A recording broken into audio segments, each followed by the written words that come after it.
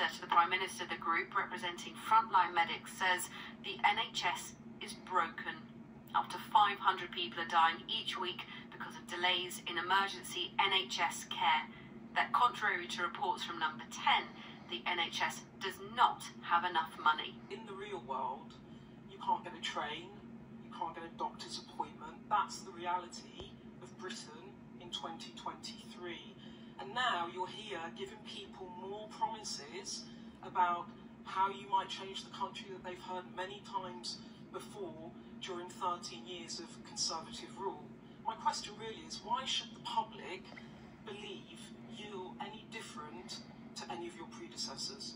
Well, Beth, I think the country have seen me perform in the job before through really difficult times. They saw me as Chancellor during COVID, and so people can trust that when I say I'm going to do something, I am going to do it. The PM asking the public to judge him on results, but when they will come, you'll hate it. In all of these things, look, I've deliberately not put a specific month on each of them because I don't think that's responsible or the right thing to do with goals that are so complicated, where many of the forces that will impact our ability to hit them are out of my control as well. But Labour insisting this has all been in the Tories' control and they've let the country down. The big problems that we're facing right now in our NHS, in our criminal justice system, in education, they come down to the failings of that Conservative government over those last 13 years. And the reality of everyday life still hard. The growth target is going to be very challenging. It looks as though we are clearly heading towards a recession. The economic backdrop is challenging with the pressures from the cost of living and the potential for unemployment to rise. I think that the inflation target looks reasonable. We are looking at price levels cooling.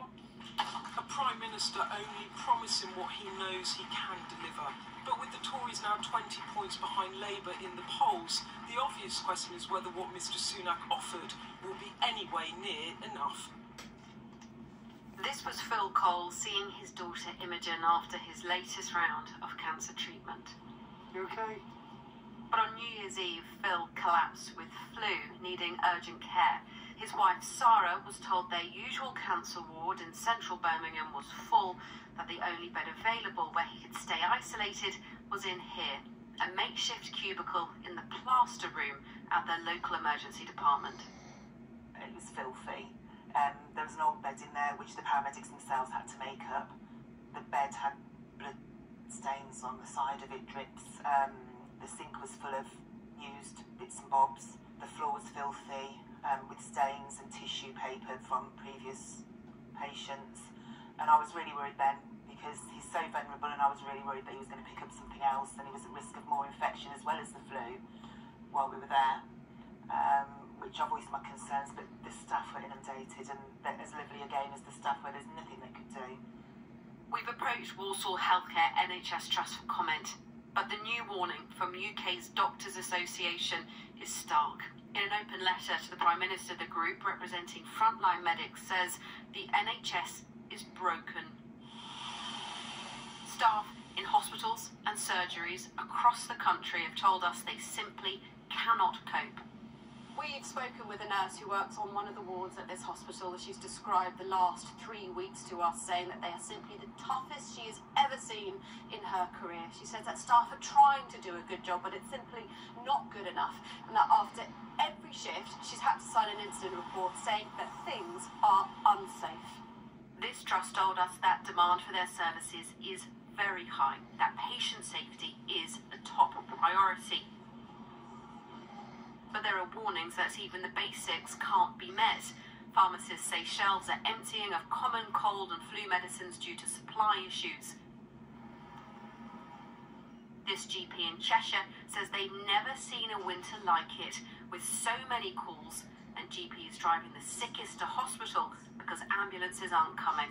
It takes its toll because, everybody, you come to do this job because you want to make a difference. You care.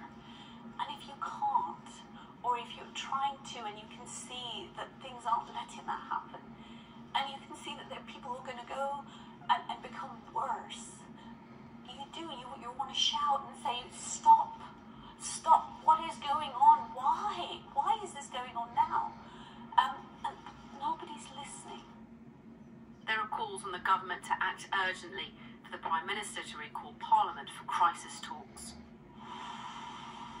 But the government today said it is listening, recruiting record numbers of doctors and putting record levels of funding into the service.